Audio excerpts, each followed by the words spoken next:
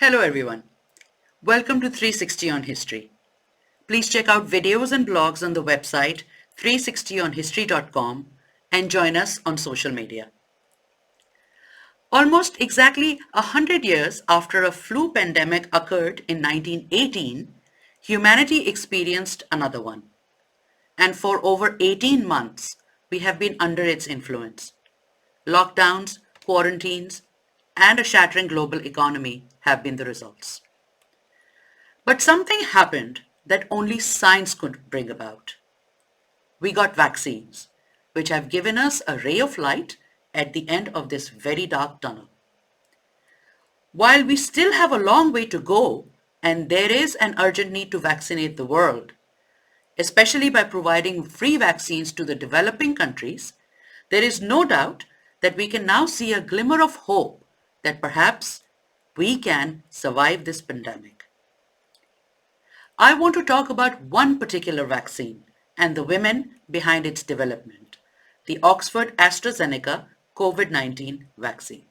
When cases of a pneumonia of unknown causes started being reported in China, it was New Year's Eve 2020, and Professor Sarah Gilbert and Dr. Catherine Green were celebrating like the rest of the world. Sarah Gilbert is a professor of vaccinology at Oxford University and co-founder of VaxiTech. Catherine Green runs the clinical biomanufacturing facility that makes vaccines at the same university. By December 2020, both women had co-developed the AstraZeneca vaccine with the Oxford Vaccine Group. This was no doubt a pioneering scientific moment in recent human history, and a feat of immense collaboration between thousands of scientists and others across the globe. Sarah Gilbert kept a close eye on the new SARS-like virus spreading in China in January 2020.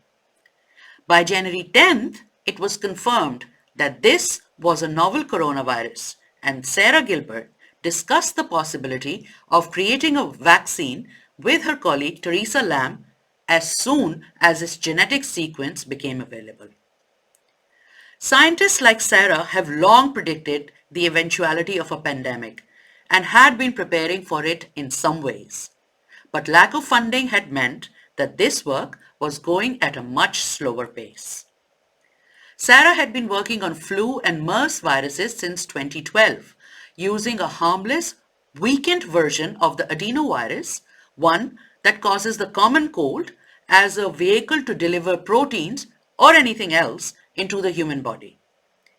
The idea being that an adenovirus gene could be removed and replaced with one that would trigger an immune response towards a particular disease. And this technology had been used and trialed against a host of viruses and diseases for a while. What was needed was the right genetic code. And if you have that, the technology was already available and the development time as well as the cost could be cut down drastically. Although Sarah Gilbert had submitted an application to the Coalition of Epidemic Preparedness Innovations to use adenovirus technology against a potential disease X, she had not been able to get funding for it. Once it became clear that a new virus had appeared with the potential to cause a pandemic, Sarah wrote to Catherine Green on the 20th of January 2020. She asked Catherine if the clinical biomanufacturing facility would be able to develop the vaccine against the coronavirus immediately. They still had no funding, but Catherine agreed. Developing vaccines takes time, requiring manufacturing trials and extensive testing to ensure safety up to and above 3 years. But this was a race against time, and Sarah decided to do as much work as possible beforehand, even before COVID-19 became a pandemic. This was, however, dependent on the availability of the genetic sequence. So, they also continued to work along the traditional route to creating the vaccine. They used a chimpanzee adenovirus vector that generated a strong immune response to SARS-CoV-2. They used this to deliver the spike protein to trigger the immune response in the human cells. Then, on January 25th, 2020, both scientists got the 100 billion dehydrated strands of the genetic code of the coronavirus protein. They started working on manufacturing and trial of the vaccine using money they did not yet have. Oxford University ultimately agreed to underwrite a contract with Advent, the manufacturers in Italy. Other colleagues started designing clinical trials and investigating the development of the vaccine at scale so that, if needed, millions of doses could be made available. Usually, all these processes happen step by step, but now necessity dictated that all of them happen at the same time because Sarah Gilbert had noticed something about an unknown disease in China. Over a decade of work was compressed into a few months. By April 2020, they got the funding, without which all the preparatory work would have failed. A rapid production method was instituted involving all the protagonists, from the scientists to the administrators and the manufacturers. This was a huge career and funding risk. There were missteps. The rapid method failed and they had to move to plan B, which was a faster version of the traditional method.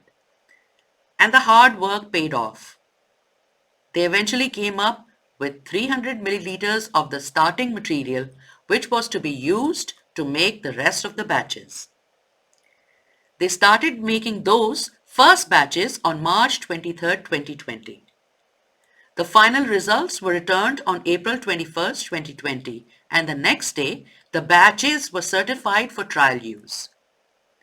It had taken 65 days for them to go from DNA construction to clinical trial. The vaccines were tested, and finally in November 2020, it was revealed that they were 70% effective. And on December 20th, 2020, it was approved for use by the UK regulator.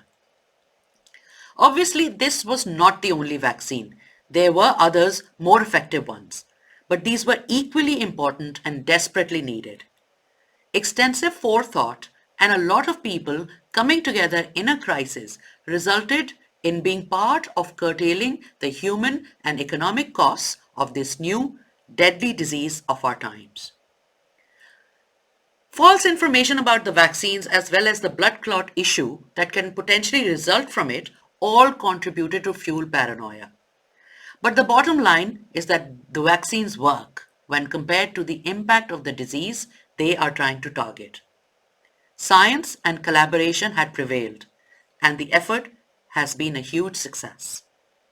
The new variants of COVID are a cause for concern, but we can now hope that because of the rapid cutting-edge scientific work undertaken, we may have started to weaken its link on humanity, as long as we provide the jabs to the rest of the world as soon as possible.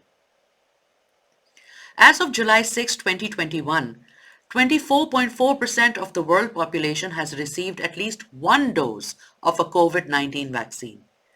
3.25 billion doses have been administered globally and 34.81 million are now administered each day.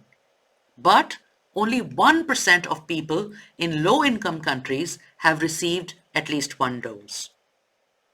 Sarah Gilbert designed a vaccine for an unknown virus within a couple of weeks. Catherine Green developed that vaccine in the shortest span of time possible and led the process of its production. These are no mean feats, and their work must be acknowledged. Sarah Gilbert was appointed Dame Commander of the British Empire, and Catherine Green was given the Order of the British Empire for their exemplary work. We may have suffered a lot over the last 2 years, but we also saw what humanity can do in time of a crisis. Let's hope that in the future, we won't have to wait for a pandemic to hit before we are ready to tackle it. More investments are needed for such endeavors. Here's hoping the rest of 2021 will be better. And here's to these two pioneering and inspiring women, Professor Sarah Gilbert and Dr. Catherine Green and the teams that worked with them. Thank you for joining me on 360 on History. I'll see you again soon.